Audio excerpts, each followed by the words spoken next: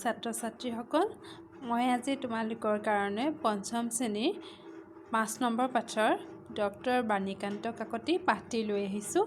প্ৰথমতে মই পাঠটি পঢ়ি দিম, তোমালোকে চাই যাবা। তাৰপাছত মই পাঠটি সুন্দৰকৈ তোমালোকক বুজাই দিম। পাঠটো চাওঁ আহা। বাটৰ কাষৰ ঘৰটোলৈ আঙুলিয়াই ঈৰ্ষাপৰায়ণ মানুহ দুজনমানে বেমাৰ দেখুৱাবলৈ অহা মানুহকেইজনক হাঁহি হাঁহি ক'লে, যোৱা, সৌজন নতুন ডাক্তৰ আহিছে, তেওঁৰ চিকিৎসা বৰ ভাল। তেওঁলোকৰ কথামতে মানুহকেইজন কাষৰ ঘৰটোৰ ফালে আগবাঢ়ি গ'ল। তেওঁলোকক অনুকৰণ কৰিয়েই পাছলৈ নতুন ডাক্তৰৰ ওচৰলৈ চিকিৎসা বিচাৰি মানুহৰ সোঁত ববলৈ ধৰিলে। ডাক্তৰ বুলি ভবা এই ব্যক্তিগৰাকীয়েই হ'ল ডক্টৰ বাণীকান্ত কাকতি। তেখেতে বুজিলে যে ডক্টৰেট ডিগ্ৰী লাভ কৰাৰ কাৰণে কিছুমান মানুহে ঈৰ্ষাতে সহজ সৰল মানুহ কিছুমানক ৰোগীৰ ৰূপত তেখেতৰ ঘৰলৈ পঠিয়াইছে। এই কথা ধৰিব পাৰি বাণীকান্ত কাকতিয়ে জোকৰ মুখত চূণ দিবলৈ বিচাৰিলে। সেয়েহে তেখেতে ডাক্তৰৰ ভূমিকা পালন কৰিবলৈ হোমিঅ'পেথিক চিকিৎসাৰ পুথিকেইখনমান কিনি আনি পঢ়িবলৈ আৰম্ভ কৰিলে। তেখেত আছিল সৰুৰে পৰা দৃঢ়মনা আৰু আত্মসন্মানবোধ সম্পন্ন ব্যক্তি। জীৱনৰ কোনো পৰিস্থিতিতে তেখেতে হাৰ মানিব খোজা নাছিল। গতিকে কম দিনৰ ভিতৰতে এই চিকিৎসা পদ্ধতিৰ অ আ ক খ আয়ত্ত কৰি ল'লে। পাছলৈ ৰোগীক বিধিমতে বিধানো দিলে।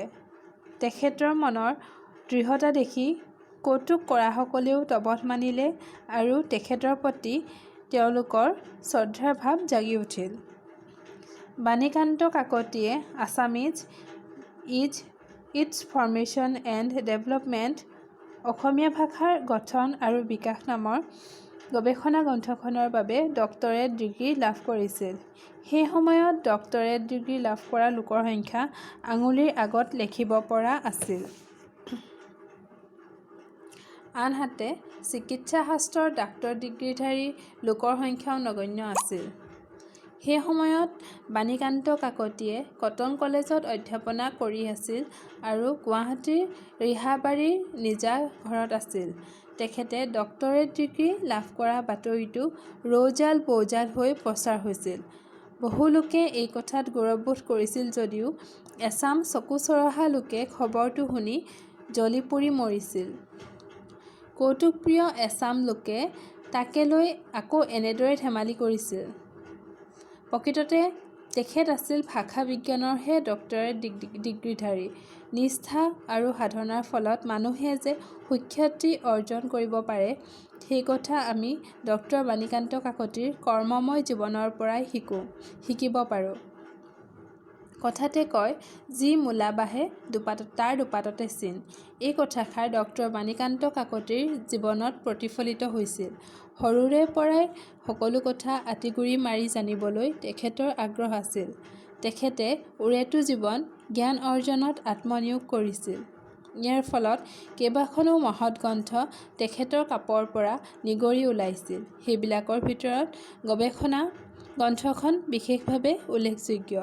এই গ্ৰন্থত অসমীয়া ভাষাৰ উৎপত্তি, ইয়াৰ শব্দভাণ্ডাৰ আৰু বিশেষত্ব সম্পৰ্কে বিশেষ বিশ্লেষণ আছে। এনেদৰে ভাষা চৰ্চা কৰা লোকসকলক ভাষা বিজ্ঞানী বোলা হয়। ডক্টৰ বাণীকান্ত কাকতি এগৰাকী অগ্ৰণী ভাষা বিজ্ঞানী আছিল। জানো আহা, ইয়াত ডক্টৰ বাণীকান্ত কাকতিৰ বিষয়ে চমুকৈ দিয়া আছে। ইয়াত দিয়া আছে, ডক্টৰ বাণীকান্ত কাকতিৰ জন্ম 1894 চনৰ 15 নৱেম্বৰত বৰপেটা জিলাৰ বাটিকুৰিহা গাঁৱত। দেহাৱসান 1952 চনৰ 15 নৱেম্বৰত। ডক্টৰ বাণীকান্ত কাকতিৰ জন্মৰ আগতেই পিতৃ ললিতৰাম কাকতিৰ মৃত্যু হৈছিল।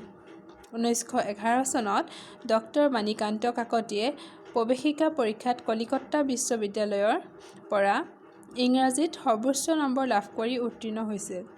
1913 চনত তেখেতে কটন কলেজৰ পৰা IA পৰীক্ষা দি কলিকতা বিশ্ববিদ্যালয়ৰ ভিতৰত প্ৰথম স্থান অধিকাৰ কৰিছিল। ডক্টৰ বাণীকান্ত কাকতিয়ে ইংৰাজীত অনাৰ্ছসহ কলিকতাৰ প্ৰেছিডেন্সি কলেজৰ পৰা BA পাছ কৰিছিল। এয়া তেওঁৰ বিষয়ে চমুকৈ দিয়া আছে। আৰু আছে 1918 চনত ইংৰাজী সাহিত্য বিষয়ত MA পাছ কৰি কটন কলেজত ইংৰাজী অধ্যাপক হিচাপে নিযুক্ত হয়। 1923 চনত পুনৰবাৰ ইংৰাজী খ শাখাত ভাষা বিষয়ত পৰীক্ষা দি প্ৰথম শ্ৰেণীৰ প্ৰথম স্থান অধিকাৰ কৰে। 1935 চনত কলিকতা বিশ্ববিদ্যালয়ৰ পৰা PhD ডিগ্ৰী লাভ কৰিছিল। তাৰ আগতে সেই বিশ্ববিদ্যালয়ৰ পৰা কোনো অসমীয়াই এই ডিগ্ৰী লাভ কৰা নাছিল। তেখেতে ৰচনা কৰা গ্ৰন্থসমূহ হ'ল পুৰণি অসমীয়া সাহিত্য, পুৰণি কামৰূপৰ ধৰ্মৰ ধাৰা, কলিতা জাতিৰ ইতিবৃত্ত, দ্য মাদাৰ গডেছ কামাখ্যা, সাহিত্য আৰু প্ৰেম, the Vaishnavite myth and legends, পখিলা শিশুৰ বাবে, Assamese its formation and development. এয়া বাণীকান্ত কাকতিৰ বিষয়ে চমুকৈ দিয়া হৈছে। এতিয়া আমি পাঠটোলৈ পুনৰ আহোঁ। এই পাঠটো মই তোমালোকক কিছু বুজাই দিছোঁ। ডক্টৰ বাণীকান্ত কাকতি। ইয়াত ডক্টৰ বাণীকান্ত কাকতিৰ বিষয়ে দিয়া আছে। তেখেত এজন খুব দৃঢ়মনা ব্যক্তি আছিল। তেওঁ যিটো কৰিম বুলি মনতে ধৰি লৈছিল সেইটো তেওঁ কৰিহে এৰিছিল। তেওঁ সৰুৰে পৰা পঢ়া শুনাটো খুব ভাল আছিল। তেওঁ অসমীয়া ভাষাৰ গৱেষণা কৰি এখন কিতাপ লিখি উলিয়াইছিল। তেওঁৰ কিতাপ বা গ্ৰন্থখনৰ নাম আছিল Assamese its formation and development. আৰু এই কিতাপখনৰ কাৰণেই গৱেষণা কৰি যিখন তেওঁ কিতাপ লিখি উলিয়াইছিল, এই কিতাপখনৰ কাৰণে তেওঁ ডক্টৰেট ডিগ্ৰী পাইছিল। আৰু এই ডক্টৰেট ডিগ্ৰীটো আমাৰ চিকিৎসক ডিগ্ৰীৰ লগত নিমিলে। কিন্তু কিছুমান মানুহে তেওঁক হিংসা কৰি তেওঁ ডক্টৰ ডিগ্ৰী লোৱা বুলি ভুলকৈ প্ৰচাৰ কৰিছিল।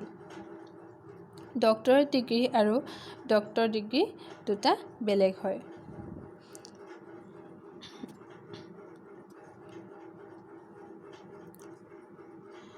বাটৰ কাষৰ ঘৰটোলৈ আঙুলিয়াই ঈৰ্ষাপৰায়ণ মানুহ দুজনমানে বেমাৰ দেখুৱাবলৈ অহা মানুহকেইজনক হাঁহি হাঁহি ক'লে, সৌজন নতুন ডাক্তৰ আহিছে, তেওঁৰ চিকিৎসা বৰ ভাল। বাটৰ কাষত মানুহকেইজনমানে যিকেইজনে বাণীকান্ত কাকতিক হিংসা কৰিছিল, তেওঁ কৰা ভাল কামৰ কাৰণে হিংসা কৰি তেওঁ পোৱা ডিগ্ৰীটোৰ কাৰণে তেওঁক ডাক্তৰ বুলি কৈছিল। অৱশ্যে তেওঁ ডাক্তৰ ডিগ্ৰী লোৱা নাছিলে, তেওঁ ডক্টৰেট ডিগ্ৰী লৈছিল। কিন্তু তেওঁক ডাক্তৰ বুলি মিছাতে তেওঁৰ ঘৰলৈ ৰোগী পঠিয়াই দিছিল, যাতে বাণীকান্ত কাকতিয়ে বেয়া পাওক, তেওঁ যাতে লাজ পাওক। তেওঁৰ কথামতেই মানুহকেইজন কাষৰ ঘৰটোৰ ফালে আগবাঢ়ি গ'ল। তেওঁলোকক অনুসৰণ কৰিয়ে পাছলৈ নতুন ডাক্তৰৰ ওচৰলৈ চিকিৎসা কৰাবলৈ মানুহৰ সোঁত ববলৈ ধৰিলে। তেওঁলোক যি গ'ল, তেওঁলোকক দেখি সঁচাকৈ ডাক্তৰ আহিছে বুলি পাছত আৰু মানুহৰ সোঁত ববলৈ ধৰিলে, আৰু মানুহ আহিবলৈ ধৰিলে। তেখেতে বুজিলে যে ডক্টৰেট ডিগ্ৰী লাভ কৰাৰ কাৰণে কিছুমান মানুহে ঈৰ্ষাতে সহজ সৰল মানুহ কিছুমানক ৰোগীৰ ৰূপত তেখেতৰ ঘৰলৈ পঠাইছে। এই কথা ধৰিব পাৰি বাণীকান্ত কাকতিয়ে জোকৰ মুখত চূণ দিবলৈ বিচাৰিলে। বাণীকান্ত কাকতিয়ে কথাটো ধৰিব পাৰিলে যে তেওঁ লাভ কৰা ডিগ্ৰীটোৰ কাৰণে চকু চৰহা তেওঁক বেয়া পোৱা কিছুমান মানুহে তেওঁক বেয়া হওক বুলিয়েই এই কামটো কৰিছে, যে তেওঁক মিছাকৈ ডাক্তৰ সজাই ৰোগী পঠিয়াইছে। এই কথা জানিব পাৰি তেওঁ সেই মানুহকেইজনক শিক্ষা দিবলৈ বিচাৰিলে। আৰু সেয়েহে তেওঁ কি কৰিলে, তেখেতে ডাক্তৰৰ ভূমিকা পালন কৰিবলৈ হোমিঅ'পেথিক চিকিৎসাৰ পুথি কেইখনমান কিনি আনি পঢ়িবলৈ আৰম্ভ কৰিলে। তেখেত আছিল সৰুৰে পৰা দৃঢ়মনা আৰু আত্মসন্মানবোধ সম্পন্ন ব্যক্তি। জীৱনৰ কোনো পৰিস্থিতিতে তেখেতে হাৰ মানিব খোজা নাছিল। গতিকে কম দিনৰ ভিতৰতে এই চিকিৎসা পদ্ধতিৰ অ আ ক খ আয়ত্ত কৰি ল'লে। পাছলৈ ৰোগীক বিধিমতে বিধানো দিলে। তাৰপাছত কি কৰিলে, বাণীকান্ত কাকতিয়ে হোমিঅ'পেথিকৰ কেইখনমান কিতাপ কিনি আনিলে আৰু সেইকেইখন পঢ়ি তাৰ পৰা কিছু পৰিমাণে ৰোগৰ চিকিৎসাৰ বিষয়ে জানি ল'লে আৰু তেওঁৰ ওচৰলৈ অহা মানুহক তেনেকৈ বিধান দিবলৈ ল'লে, কেনেকৈ তেওঁলোকৰ ৰোগ ভাল কৰিব তাৰ ওপৰত বিধান দিব ল'লে। তেওঁ খুব দৃঢ়মনা আছিল, তেওঁ যিটো কৰিম বুলি ভাবিছিলে তেওঁ কৰিছিলেই। সেয়েহে তেওঁ এই কামখিনিও খুব কম সময়তে শিকি ল'লে আৰু তেখেতৰ এই কাম দেখি, তেওঁৰ এই মনৰ দৃঢ়তা দেখি যিসকলে তেওঁক হিংসা কৰিছিল তেওঁলোকৰ মনত তেওঁৰ প্ৰতি শ্ৰদ্ধা জাগি উঠিল। বাণীকান্ত কাকতিয়ে Assamese its formation and development, Asamiya ভাষাৰ গঠন আৰু বিকাশ নামৰ গৱেষণা গ্ৰন্থখনৰ বাবে ডক্টৰেট ডিগ্ৰী লাভ কৰিছিল। মই আগতে কৈছোঁ তেওঁ ডক্টৰেট ডিগ্ৰী লাভ কৰিছিলে। তেওঁ এখন কিতাপ উলিয়াইছিলে আৰু এই কিতাপখন তেওঁ অসমীয়া ভাষাৰ ওপৰত গৱেষণা কৰি উলিয়াইছিলে আৰু কিতাপখনৰ নাম আছিল Assamese its formation and development. এই কিতাপখনৰ কাৰণে তেওঁ ডক্টৰেট ডিগ্ৰী লাভ কৰিছিল। সেই সময়ত ডক্টৰেট ডিগ্ৰী লাভ কৰা মানুহৰ সংখ্যা খুব কম আছিল, যি আছিল আঙুলিৰ মূৰত লিখিব পৰা আৰু লগতে চিকিৎসা শাস্ত্ৰৰ ডাক্তৰ ডিগ্ৰীধাৰী লোকৰ সংখ্যাও কম আছিল। সেই সময়ত বাণীকান্ত কাকতিয়ে কটন কলেজত অধ্যাপনা কৰিছিল আৰু গুৱাহাটীৰ ৰিহাবাৰীৰ নিজা ঘৰত আছিল। তেখেতে ডক্টৰেট ডিগ্ৰী লাভ কৰা বাতৰিটো ৰৌজাল বৌজাল হৈ প্ৰচাৰ হৈছিল। বহুলোকে এই কথাত গৌৰৱবোধ কৰিছিল যদিও এচাম চকু চৰহা লোকে খবৰটো শুনি জ্বলি পুৰি মৰিছিল। তেওঁ যেতিয়া এই ডিগ্ৰীটো লাভ কৰিছিল তেতিয়া এই কথাটো চাৰিওফালে বিয়পি পৰিছিল ভুলে শুদ্ধই। কিছুমান মানুহে তেওঁ পোৱা ডক্টৰেট ডিগ্ৰীটোৰ কাৰণে গৌৰৱবোধ কৰিছিল, লগতে ভাল পাইছিল, কিন্তু কিছুমান মানুহে বেয়া পাইছিল আৰু কৌতুকপ্ৰিয় এচাম লোকে তাকে লৈ আকৌ ধেমালি কৰিছিল। প্ৰকৃততে তেখেত আছিল ভাষা বিজ্ঞানৰহে ডক্টৰেট ডিগ্ৰীধাৰী। তেওঁ ভাষা বিজ্ঞানৰহে ডক্টৰেট ডিগ্ৰীধাৰী, তেওঁ কোনো চিকিৎসা শাস্ত্ৰৰ ডিগ্ৰীধাৰী নাছিল। নিষ্ঠা আৰু সাধনাৰ ফলত মানুহে যে সুখ্যাতি অৰ্জন কৰিব পাৰে সেই কথা আমি ডক্টৰ বাণীকান্ত কাকতিৰ কৰ্মময় জীৱনৰ পৰাই শিকোঁ। বাণীকান্ত কাকতিৰ জীৱনটো খুব কৰ্মময় আছিল। তেওঁ কৰ্মময় জীৱনৰ পৰাই আমি জানিব পাৰোঁ যে সাধনা কৰিলে মানুহে যি কাম কৰিব বিচাৰে সেই কামটো কৰিলে, সাধনা কৰিলে সুখ্যাতি অৰ্জন কৰিব পাৰে, ভাল নাম অৰ্জন কৰিব পাৰে। কথাতে কয়, যি মূলা বাঢ়ে দুপাততে চিন। এই কথাষাৰ ডক্টৰ বাণীকান্ত কাকতিৰ জীৱনত প্ৰতিফলিত হৈছিল। সৰুৰে পৰাই সকলো কথা আঁতিগুৰি মাৰি জানিবলৈ তেখেতৰ আগ্ৰহ আছিল। তেখেতে উৰেটো জীৱন জ্ঞান অৰ্জনত আত্মনিয়োগ কৰিছিল। ইয়াৰ ফলত কেইবাখনো মহৎ গ্ৰন্থ তেখেতৰ কাপৰ পৰা নিগৰি ওলাইছিল। যি মূলা বাঢ়ে দুপাততে চিন, মানে যিটো মূলা ভাল হ'ব, যিটো মূলা আগলৈ গৈ ডাঙৰ আৰু ভাল হ'ব, সেই কথাটো আমি সেই মূলাটোৰ তাৰ দুখিলা পাত চাই আমি গম পাওঁ যে এই মূলাটো ভাল হ'ব নে নহয়। ঠিক তেনেদৰে বাণীকান্ত কাকতি সৰু কালচোৱা চায়েই মানুহে গম পাইছিল যে তেওঁ আগলৈ এজন ভাল মানুহ হ'ব। সৰুৰে পৰাই তেওঁ সকলোবোৰ কথা পঢ়া শুনাৰ পৰা আদি কৰি সকলো কথা সকলোখিনি জানিবলৈ আঁতিগুৰি মাৰি জানিবলৈ চেষ্টা কৰিছিল, তেওঁৰ আগ্ৰহ আছিল আৰু তেওঁ গোটেই জীৱন জ্ঞান অৰ্জনত আত্মনিয়োগ কৰিছিল। তেওঁ জ্ঞান অৰ্জন কৰিব বিচাৰিছিল। ইয়াৰ ফলত তেওঁ কেইবাখনো মহৎ গ্ৰন্থ লিখিব পাৰিছিল আৰু সেইবিলাকৰ ভিতৰত তেওঁৰ গৱেষণা গ্ৰন্থখন আছিল উল্লেখযোগ্য, যিখন আছিল Assamese its formation and development. লগতে তেওঁ আন বহুতো কিতাপ লিখিছিল। তেওঁৰ যিখন গৱেষণা গ্ৰন্থ লিখিছিল তাত তেওঁ অসমীয়া ভাষাৰ উৎপত্তি, ইয়াৰ শব্দ ভাণ্ডাৰ আৰু বিশেষত্ব সম্পৰ্কে বিস্তৃত বিশ্লেষণ কৰিছিল। অসমীয়া ভাষাৰ উৎপত্তি কিদৰে হ'ল, অসমীয়া ভাষাত কি কি শব্দ আছে আৰু এই শব্দবোৰৰ কি বিশেষত্ব আছে, এই সকলোবিলাক সুন্দৰকৈ বিশ্লেষণ কৰা আছে। এনেদৰে ভাষা চৰ্চা কৰা লোকসকলক ভাষা বিজ্ঞানী বোলা হয়।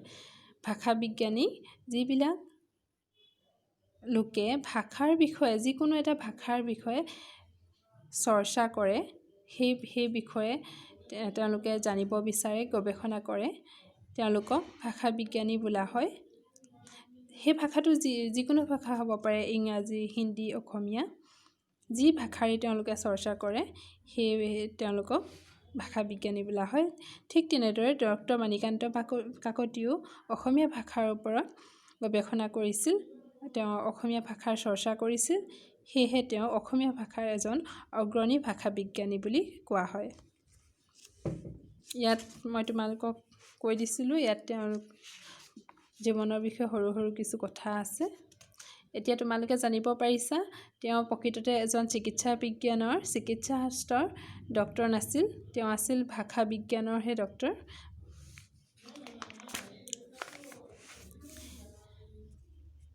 ইয়াত আমি প্ৰশ্ন উত্তৰবিলাক চাওঁ। উত্তৰ দিয়া। প্ৰথম প্ৰশ্নটো আছে, নিষ্ঠা আৰু সাধনাৰ ফলত মানুহে কি অৰ্জন কৰিব পাৰে? নিষ্ঠা আৰু সাধনাৰ ফলত মানুহে সুখ্যাতি অৰ্জন কৰিব পাৰে। নিষ্ঠা আৰু সাধনাৰ ফলত মানুহে সুখ্যাতি অৰ্জন কৰিব পাৰে, ভাল নাম অৰ্জন কৰিব পাৰে। বাণীকান্ত কাকতিয়ে জীৱনৰ বেছিভাগ সময় কি কামত আত্মনিয়োগ কৰিছিল? আমি এই পাঠটো পঢ়ি গম পালোঁ যে বাণীকান্ত কাকতিয়ে জীৱনৰ বেছিভাগ সময় জ্ঞান অৰ্জনৰ কামত আত্মনিয়োগ কৰিছিল। তেওঁ জ্ঞান অৰ্জন কৰিছিল। নতুন ডাক্তৰ বুলি কাক কোৱা হৈছিল? যিহেতু তেওঁ ডাক্তৰ নাছিল, তথাপিও তেওঁক ডাক্তৰ বুলি কোৱা হৈছিল। তেওঁ হৈছে কোন? ডক্টৰ বাণীকান্ত কাকতি। তেখেতে কি চিকিৎসা কৰিছিল?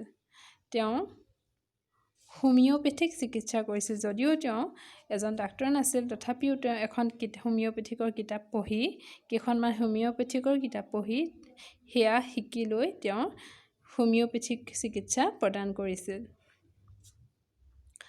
উঙতো আছে, বাণীকান্ত কাকতিয়ে ডক্টৰেট ডিগ্ৰী লাভ কৰা গ্ৰন্থখনৰ নাম কি?